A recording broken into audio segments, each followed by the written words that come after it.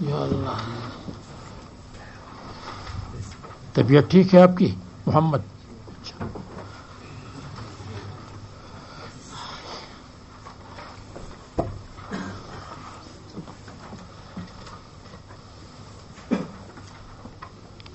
یہ بہت اچھے آدمی ہے لیکن کبھی کبھی گڑبڑ کرتے ہیں. بسم اللہ الرحمن الرحیم صلی اللہ علی النبی الامی. چلو جناب علی. بسم اللہ الرحمن الرحیم. فلا اقسم لا زائدة بالخنس الجوار الكنس هي النجوم الخمسة زحل والمشتري والمريخ والزهرة وعطارد تخنس بضم النون أي ترجع في مجراها وراءها. بين ترى النجم في آخر البرج اذكر راجعا إلى أوله. وتكنس بكسر النون تدخل في كناسها أي تغيب في المواضع التي تغيب فيها. والليل إذا عسعس أقبل بظلامه أو أدبر. والصبح إذا تنفس امتد حتى يصير نهارا بينا. اچھا جی. فلا اقسم بالخنس الجوار الکنس. مصنف فرماتے ہیں لا زائد ہے، یعنی فاقسم بالخنس، بس قسم کھاتا ہوں. اور یا معنی یہ ہے کہ فلا اقسم، میں قسم نہیں کھاتا ہوں، لأنی صادق، فلا اقسم لأنی صادق، یا فلا اقسم اذ لا حاجت الی القسم ومع هذا بالخنس. میں قسم نہیں کھاتا ہوں، ضرورت نہیں، میں سچا ہوں، لیکن اس کے باوجود کہ ضرورت نہیں ہے پھر بھی تائید اور تاکید کے لیے بالخنس، قسم ہے بالخنس، یعنی با قسم یہ ہو جائے گی اور اقسم مقدر ہو جائے گا. فلا اقسم، قسم نہیں کھاتا ہوں لیکن اس کے باوجود قسم کی ضرورت نہیں ہے، لیکن اس کے باوجود اقسم بالخنس الجوار الکنس.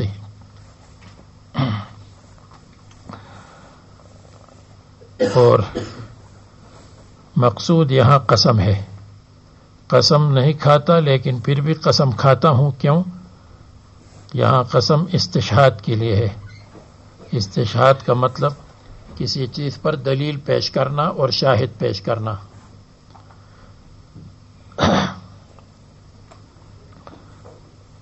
اللہ تعالیٰ کی قدرت کے دلائل، اللہ تعالیٰ کے توحید کے دلائل، قرآن کریم کی صداقت کے دلائل کے طور پر قسمیں آتی ہیں. آپ نے پڑھا ہے، متنبی صاحب کہتے ہیں کہ فورب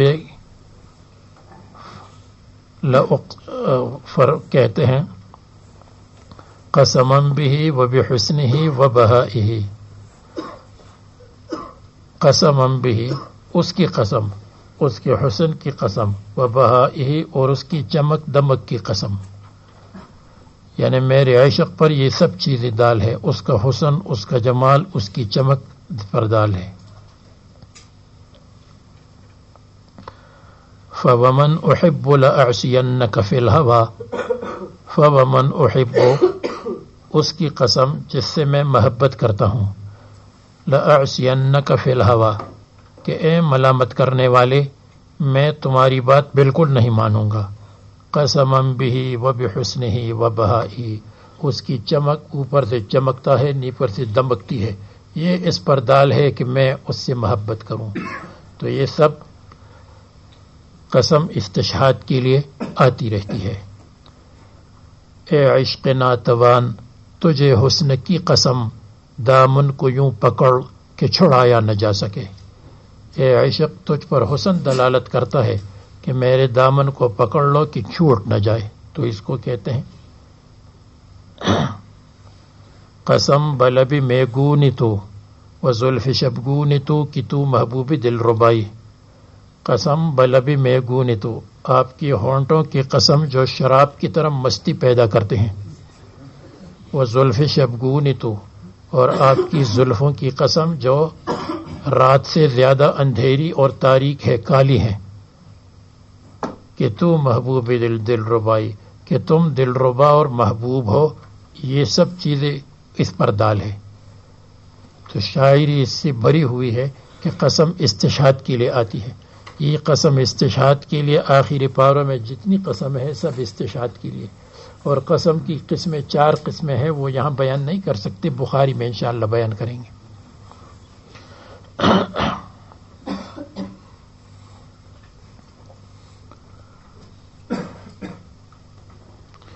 فلا اقسم بالخنس، پس قسم کھاتا ہوں، بالخنس، خنس کی، الجوار الکنس، جوار کنس کی. کیا مطلب؟ اس کی 3 تفسیریں ہیں.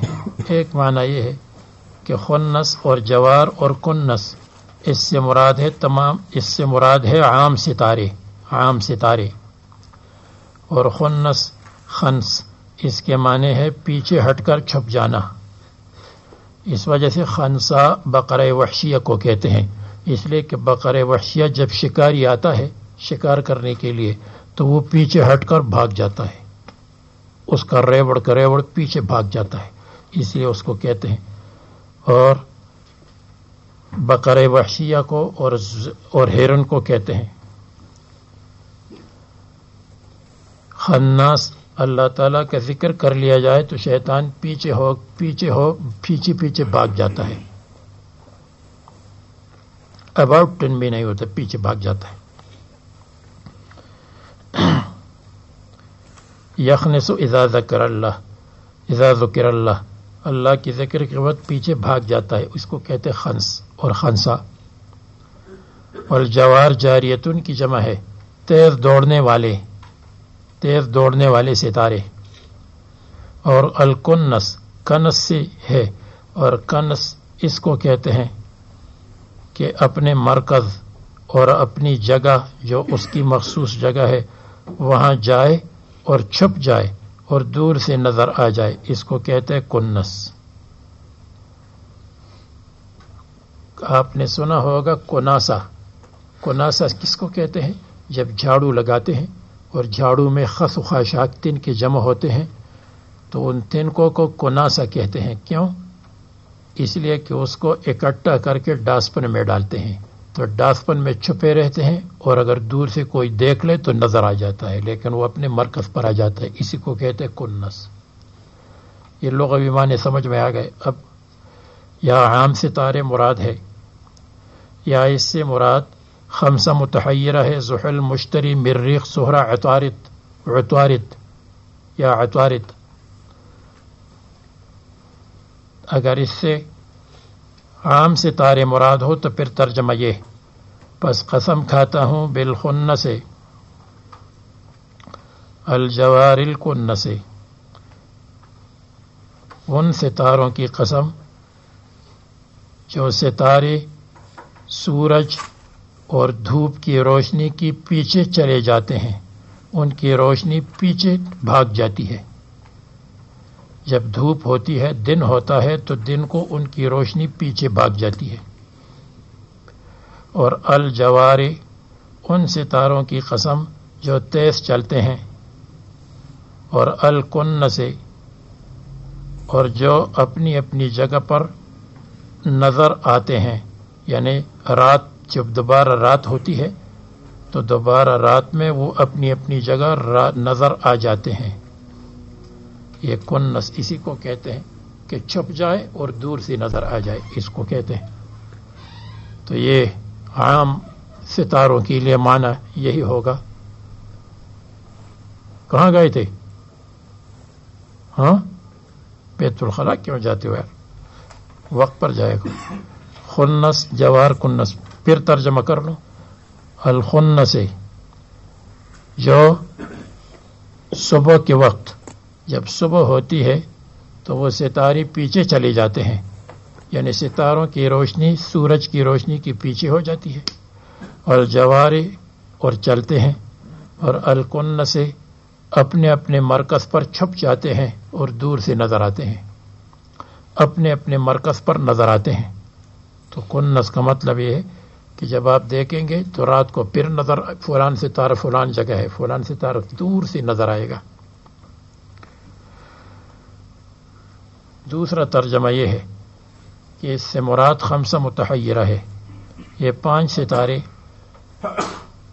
جن کا ذکر ہے، جن کی طرف میں نے اشارہ کیا زمعن میں، زمعن زحل اور زہرہ 2، اور میم مریخ اور مشتری، اور عین عطارد. تو یہ 5 ستارے، ان کی 3 حالتیں ہیں. ایک حالت استقامت ہے، جب مغرب سے مشرق کی طرف چلتے ہیں مغرب سے مشرق کی طرف چلتے ہیں تو اس کو کہتے ہیں حالت استقامت چلتے ہیں. پھر کچھ دنوں کے لیے سورج کے قریب جب پہنچتے ہیں تو اس کو کہتے ہیں حالت اقامت. پھر چھپ جاتے ہیں، نظر نہیں آتے کچھ مدت کے لیے، اور پھر کچھ مدت گزرنے کے بعد پھر مغرب سے مشرق کی طرف آ جاتے ہیں. مغرب سے مشرق کی طرف جانا، من المغرب الى المشرق ثم من المشرق الى المغرب.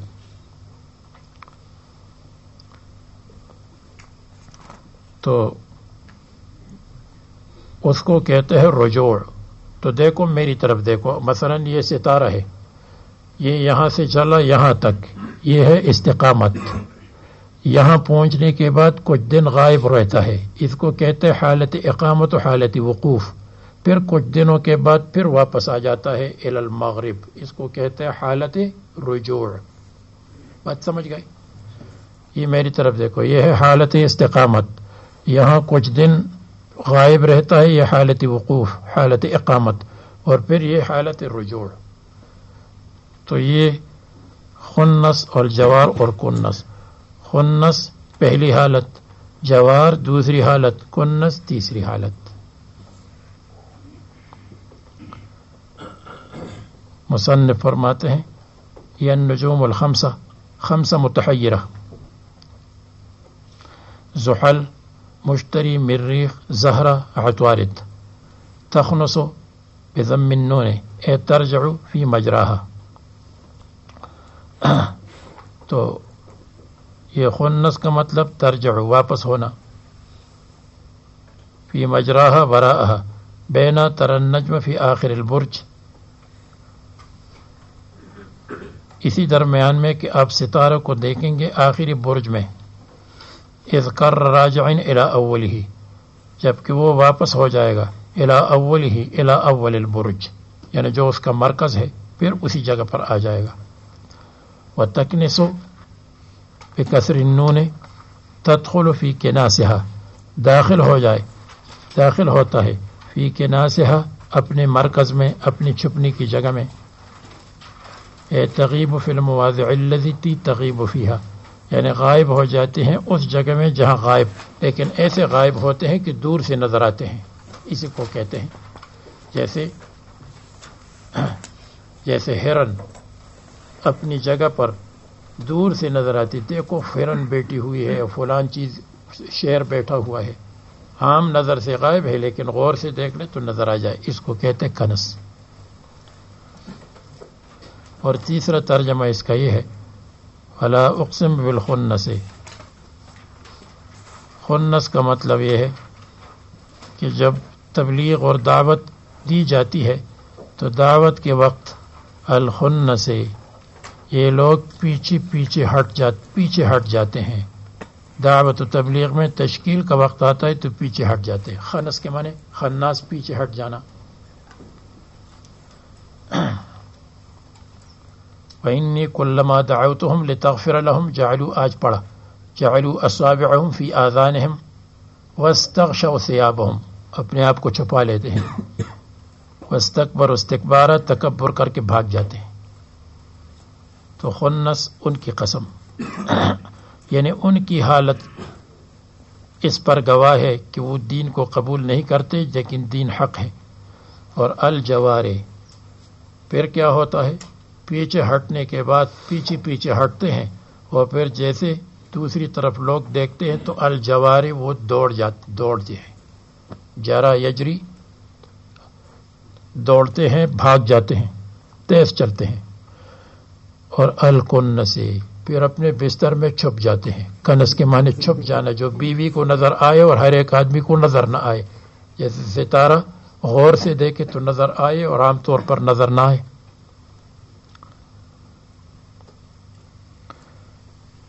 تو یہ مشابہ ہے ان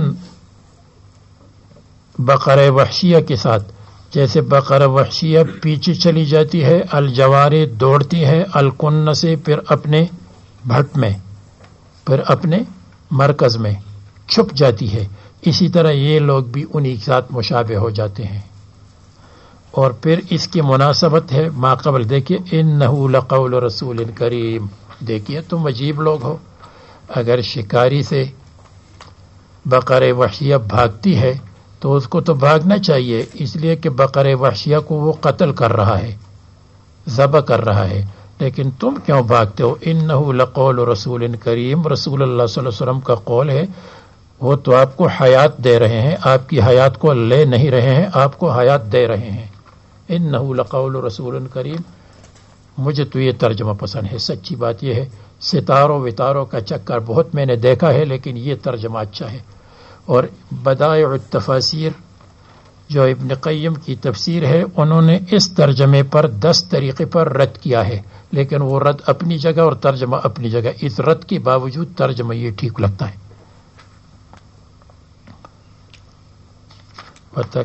تدخل فی کناسها تغیب فی المواضع التي تغیب عنها.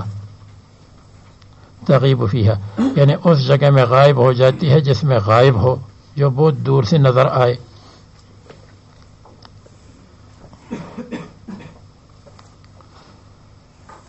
واللیل اذا عسعس. اور رات کی قسم اذا عسعس، اذا اقبل بظلامه، جب اپنے اندھیرے کے ساتھ متوجہ ہو جائے. او ادبرا یا پشت پھیر دے.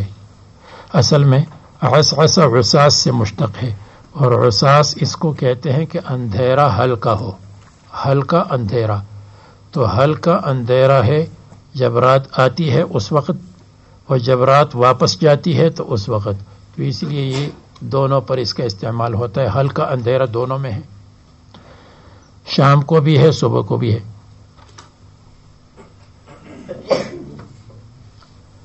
والصبح اذا تنفس. اور صبح کی قسم ہے اذا تنفس، جب صبح تنفسا پھیل جائے.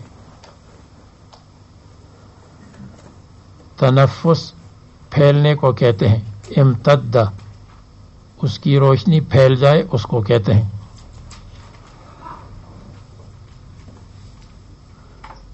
صبح کے وقت جو روشنی پھیلتی ہے تو اس کو تنفس کیوں کہا؟ تنفس سانس لینے کو کہتے ہیں. کہتے ہیں جب مچھلی سانس لیتی ہے، مچھلی سانس لیتی ہے اور چلتی ہے تو اس کے چلنے سے اور سانس لینے سے اوپر چھینٹیں اڑتی ہیں. مچھلی چھپی ہوئی ہے پانی میں، لیکن لوگ کہتے ہیں ہاں فلان جگہ مچھلی جا رہی ہے، اس لیے کہ اوپر سے چھینٹیں اڑ رہی ہیں اور مچھلی اندر ہے پانی میں. اسی طرح ابھی تک سورج طلوع نہیں ہوا ہے، سورج چھپا ہوا ہے، لیکن اس کی چھینٹیں اور اس کی کرنیں آسمان پر پھیلی ہوئی ہیں. پتہ چلتا ہے کہ سورج آنے والا ہے اور روشنی آنے والی ہے. تو یہ معنی ہے والصبح، صبح کی قسم اذا تنفسا، جب سانس لے لے. اذا تنفسا، جب اس کی روشنی پھیل جائے. تو روشنی کا پھیلنا مشابہ ہے چھینٹوں اور پانی کے پھیلنے کے ساتھ مچھلی میں.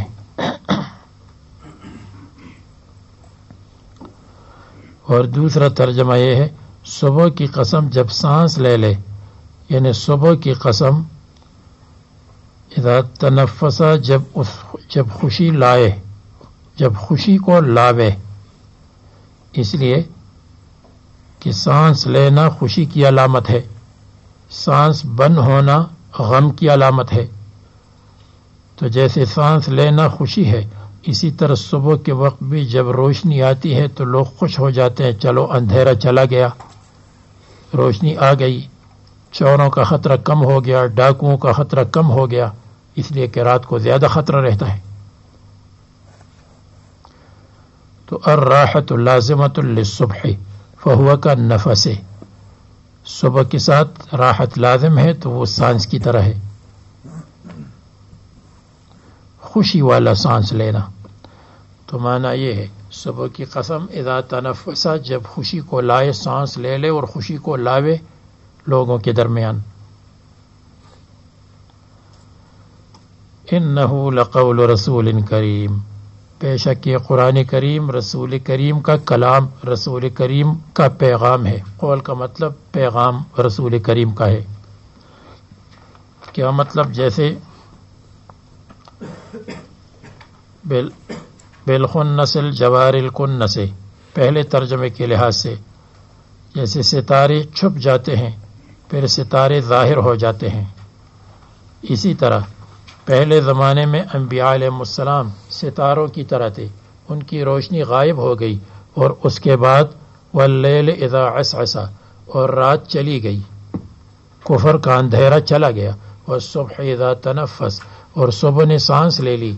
اسی طرح رسول اللہ صلی اللہ علیہ وسلم کا آنا صبح کے آنے کے ساتھ مشابہ ہے، رات کے جانے کے ساتھ مشابہ ہے، ستاروں کے چمکنے اور ستاروں کے جانے کے ساتھ مشابہ ہے۔ ستارے چمک رہے تھے انبیاء علیہ السلام کا دین، اور وہ ستارے پھر چلے گئے، اس کے بعد سورج آ گیا، روشنی آ گئی۔ اس لیے انہ لقول رسول کریم۔ اور اگر وہ ترجمہ ہم لے جو آپ کو بتایا کہ یہ بھاگتے ہیں، تو اس کا ترجمہ اس کی مناسبت ظاہر ہے کہ تم کیوں بھاگتے ہو، یہ تو رسول اللہ صلی اللہ علیہ وسلم کا قول ہے، تم کو قتل کرنے کا پروگرام نہیں ہے، تم کو حیات روحانی دینے کا پروگرام ہے۔ لقول، قول کے معنی پیغام، قول کے معنی ہے کلام، یعنی رسول اللہ صلی اللہ علیہ وسلم نے اس کلام کو لایا ہے۔ رسول کریم، رسول سے مراد کون ہے؟ حضرت جبریل۔ حضرت جبریل علیہ السلام کا پیغام ہے جو انہوں نے لایا ہے۔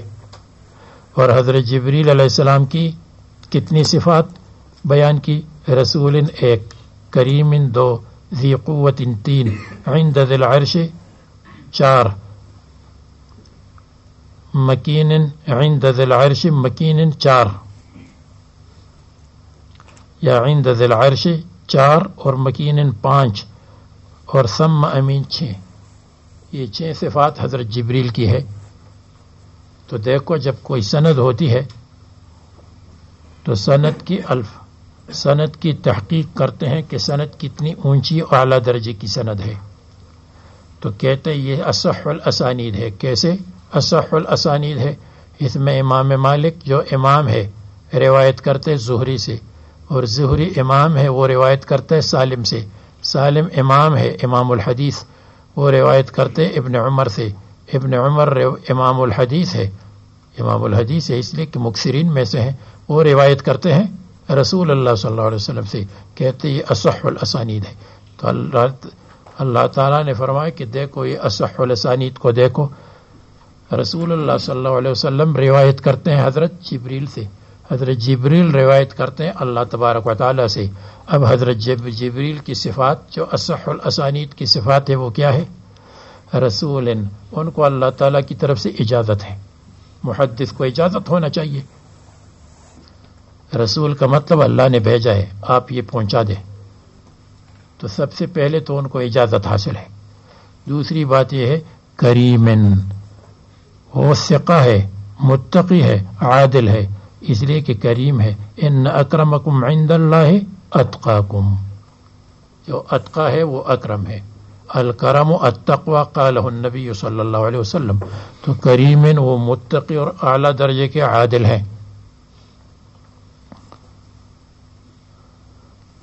تو کبھی کبھی کسی کا حافظہ خراب ہوتا ہے، حافظے پر کلام ہے، نہیں، ذی قوت، ان کا قوت حافظہ بھی اعلیٰ ہے۔ ذی قوت، قوت حافظہ اور قوت جسمانی دونوں کو مراد ہے، قوت جسمانی بھی اعلیٰ ہے، قوت حافظہ بھی اعلیٰ ہے۔ یہ تین، جب حافظہ بھی اعلیٰ ہو، لیکن پھر بھی کبھی کبھی اس شاگرد اعلیٰ درجے کا ہوتا ہے لیکن استاذ کے ساتھ اس کی ملازمت نہیں ہوتی، لازم نہیں رہتا، ہمیشہ نہیں رہتا، تو کہتے ہیں کہ جو تلمیذ ملازم للاستاد ہو تو ان کی روایت زیادہ اعلیٰ ہوتی ہے، لأنہ یلازم الاستاد۔ فرمایا عند ذی العرش، اللہ تبارک و تعالیٰ کے ہاں ہے، اللہ تعالیٰ کے ہاں ملازم ہے، ملازم کا مطلب ہمیشہ اللہ کے ساتھ ان کا رابطہ ہے۔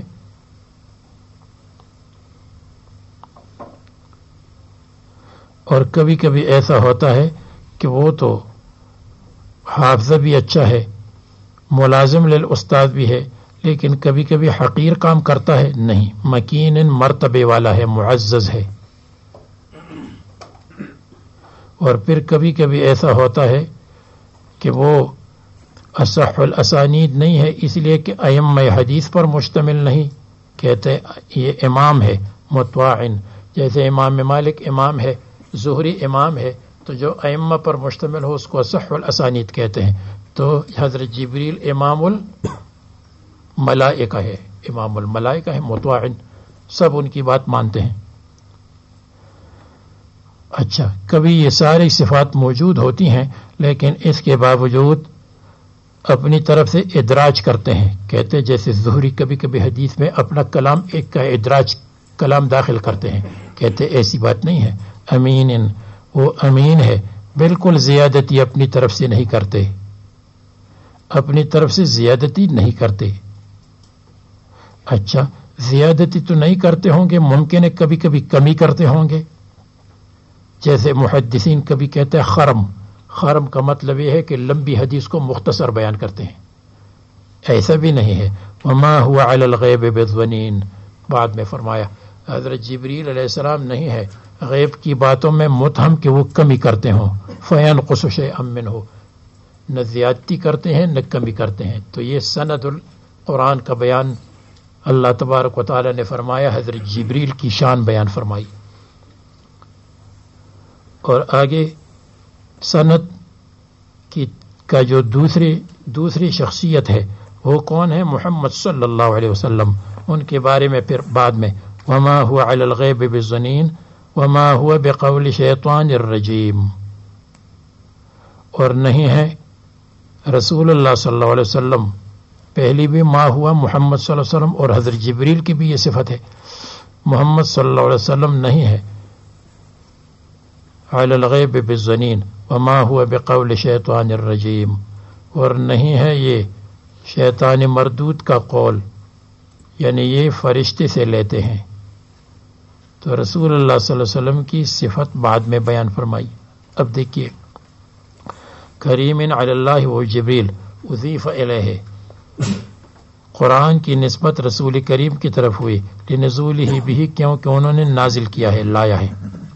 اور ذی قوت شدید القوا ذو مرۃ فاستوی، قوت والے ہیں، قوت جسمانی بھی ہے، شیاطین ان کے قریب نہیں جا سکتے.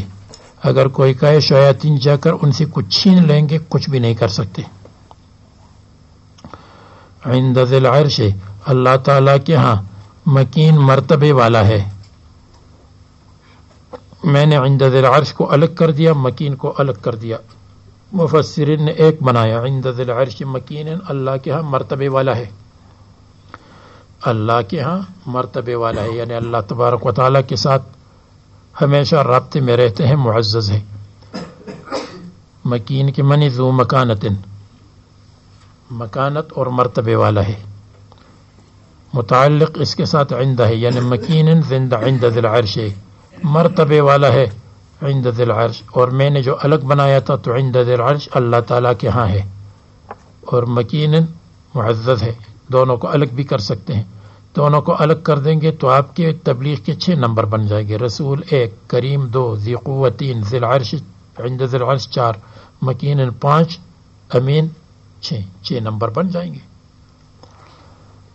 مطاعن اور مقتدا ہے.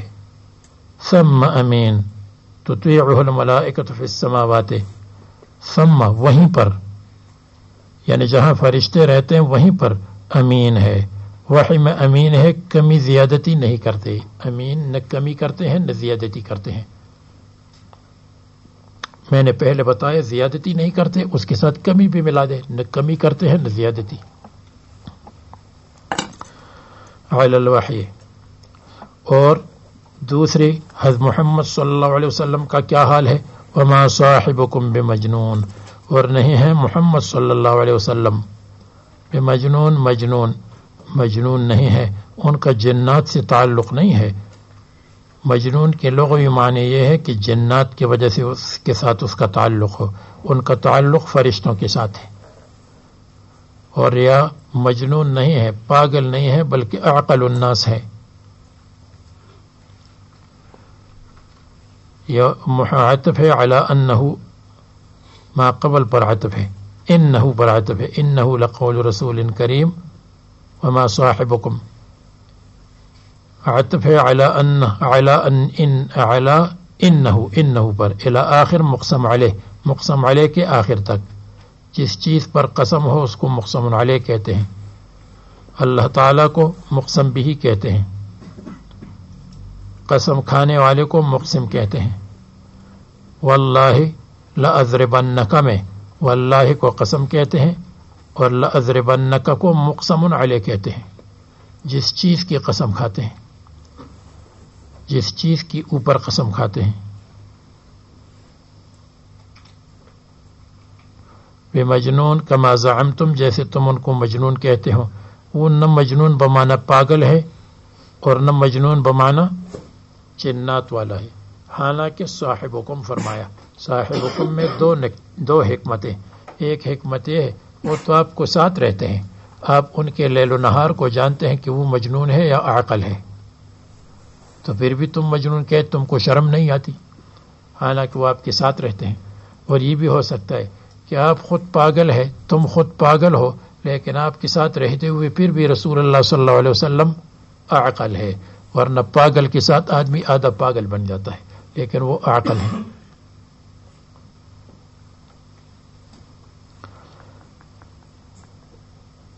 وَلَقَدْ رَآهُ بِالْأُفُقِ الْمُبِينِ، اور سند متصل بھی ہے، یہ نہیں ہے کہ کسی کی وساطت سے لیا ہے۔ وَلَقَدْ رَآهُ، خود رسول اللہ صلی اللہ علیہ وسلم نے جبریل امین کو دیکھا تھا، بالافق المبین، کھلے ہوئے افق پر۔ دیکھیے سورہ نجم میں آیا تھا بالافق الاعلی، سورہ نجم میں کیا آیا تھا؟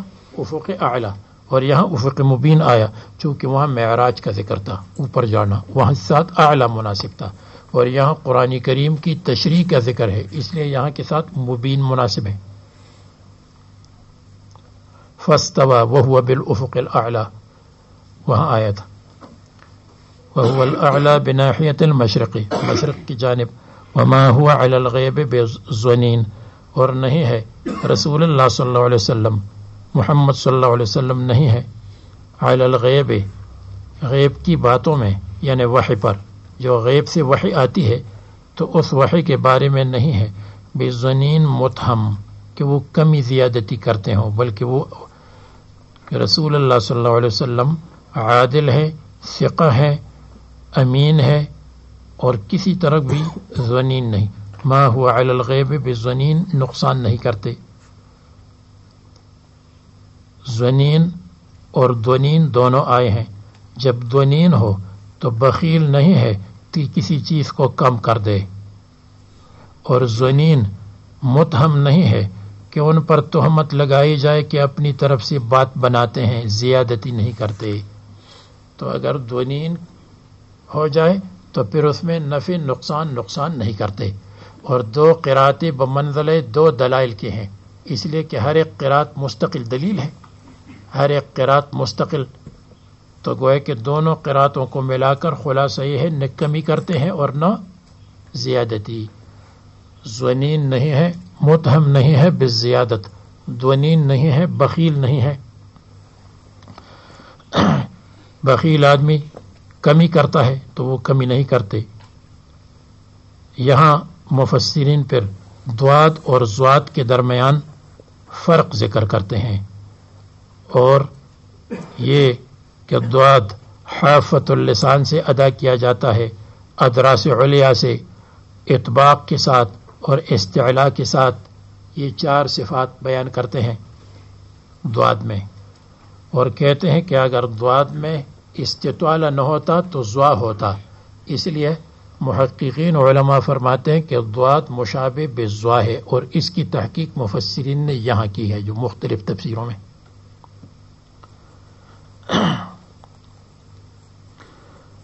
بظنین بمتہم، غیر المغضوب میں بھی بعض نے کیا ہے، لیکن چونکہ یہاں ضاد بھی ہے ضاد بھی ہے، دونوں قراتیں ہیں، تو اس لیے یہاں اکثر مفسرین تفسیر اگر آپ کو دیکھنی ہو تو یہاں دیکھیں گے کہ ان دونوں حرفوں کا کیا تھوڑا سا فرق ہے۔ وفی قراءۃ بالضاد، اور بعض قرات میں بالضاد، اب ہم ضاد کہیں گے جب ہم کہتے ہیں ضاد مشابہ ہے ضا کے ساتھ تو ضاد کہیں گے. اے بے بخیل. فَيَنْقُصُ شَيْئًا مِّنْهُ وَمَا هُوَ بِقَوْلِ شَيْطَانِ الرَّجِيمِ، اور نہیں ہے یہ قرآن کریم شیطان کا قول کہ شیطان نے اس کو لیا ہو. مسترق السمع، کہ جس نے فرشتوں کے کلام سے چوری کیا ہو. رجیم مردود، یہ ان کا نہیں ہے. فَأَيْنَ تَذْهَبُونَ، پس تم کس راستے پر چلتے ہو. یہ استدلال ہے. دوال سے کہا جاتا اَيْنَ تَذْهَبُونَ، کہاں جا رہے ہو تم تو گم ہو گئے. اور بعض کہتے ہیں فَأَيْنَ تَذْهَبُونَ وَكُلُّ شَيْءٍ عِندَنَا، تم کہاں جا رہے ہو، کس سے مانگ رہے ہو، جو کچھ ہے ہمارے پاس ہے، ہم سے مانگو، اللہ تعالیٰ سے مانگو. فَأَيَّ طَرِيقٍ تَسْلُكُونَ فِي إِنْكَارِكُمْ إِنْ هُوَ إِلَّا ذِكْرٌ لِلْعَالَمِينَ، نہیں ہے یہ قرآن کریم مگر نصیحت ہے مخلوق کے لیے، انسان اور جنات کے لیے. لیکن کس کے لیے؟ لمن شاء منکم ان یستقیم، ان لوگوں کے لیے جو چاہتے ہیں، منکم تم میں سے، من العالمین سے بدل ہے، یہ للعالمین سے بدل ہے اعادہ جار کے ساتھ. ان یستقیم، کہ سیدھے راستے پر چلتا رہے، باتباع الحق. وما تشاءون الا ان یشاء اللہ رب العالمین.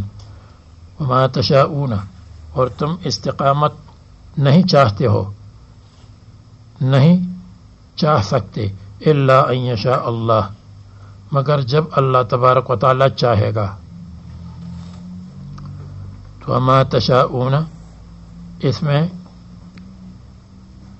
قدریہ کی تردید ہے جو تقدیر کا انکار کرتے ہیں.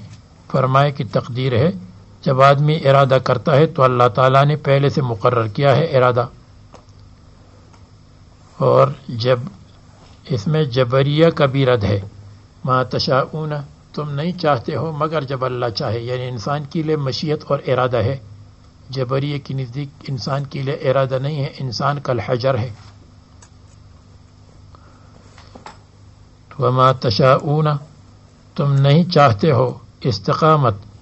وما تشاءون کسب الاستقامت الا ان یشاء اللہ خلق الاستقامت، تم اقامت کا کسب نہیں کر سکتے ہو جب تک اللہ تعالیٰ اس کا خلق نہ کرے. اللہ تعالیٰ خلق کرتے ہیں اور تم کسب کرتے ہو.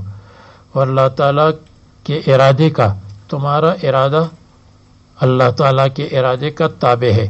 اللہ تعالیٰ کا ارادہ تمہارے ارادے کے ساتھ ساتھ چلتا ہے، یعنی اللہ تعالیٰ کا ارادہ تمہارے ارادے کے لیے مانع نہیں بنتا.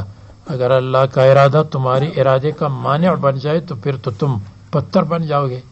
تو اللہ کا ارادہ تمہارے ساتھ چلتا ہے.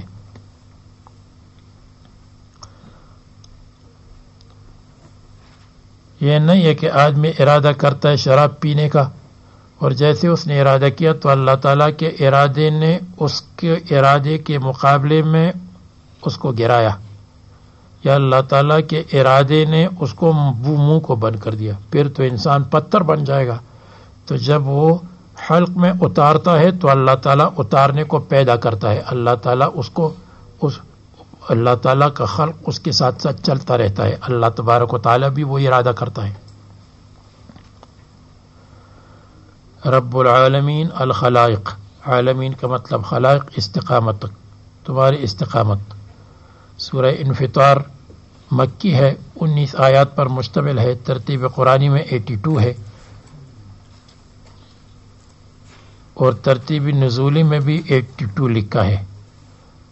82 بعد النازعات، سورہ نازعات کے بعد، اور قبل سورۃ انشقاق.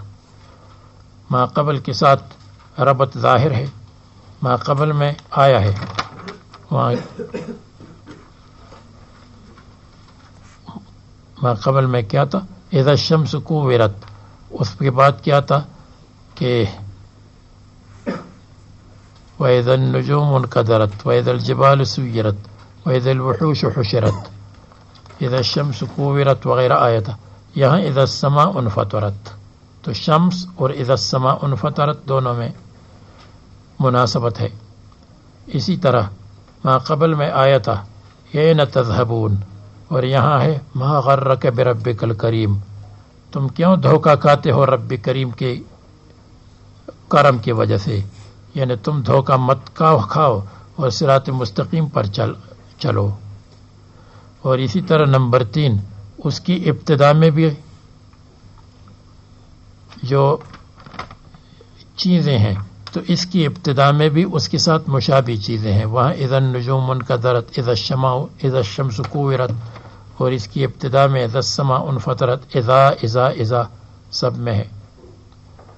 اور نمبر 4 یہ ہے کہ وہاں صداقت قرآن کہ قرآن صحیح ہے، جیسے عند لقول رسول کریم، اور یہاں زجر منکرین کے لیے ہے کہ اگر نہیں مانتے ہو تو اللہ تبارک و تعالیٰ تم پر عذاب ڈالے گا، لفی جحیم ان الفجار لفی جحیم یصلونہا کا ذکر ہے۔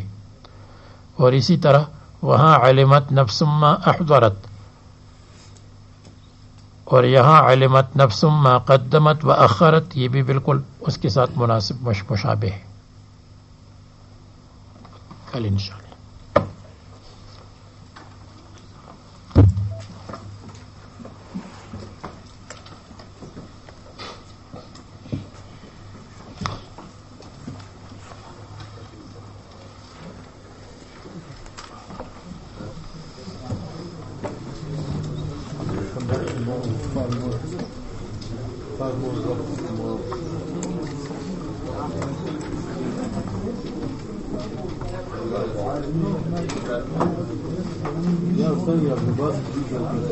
دیوانی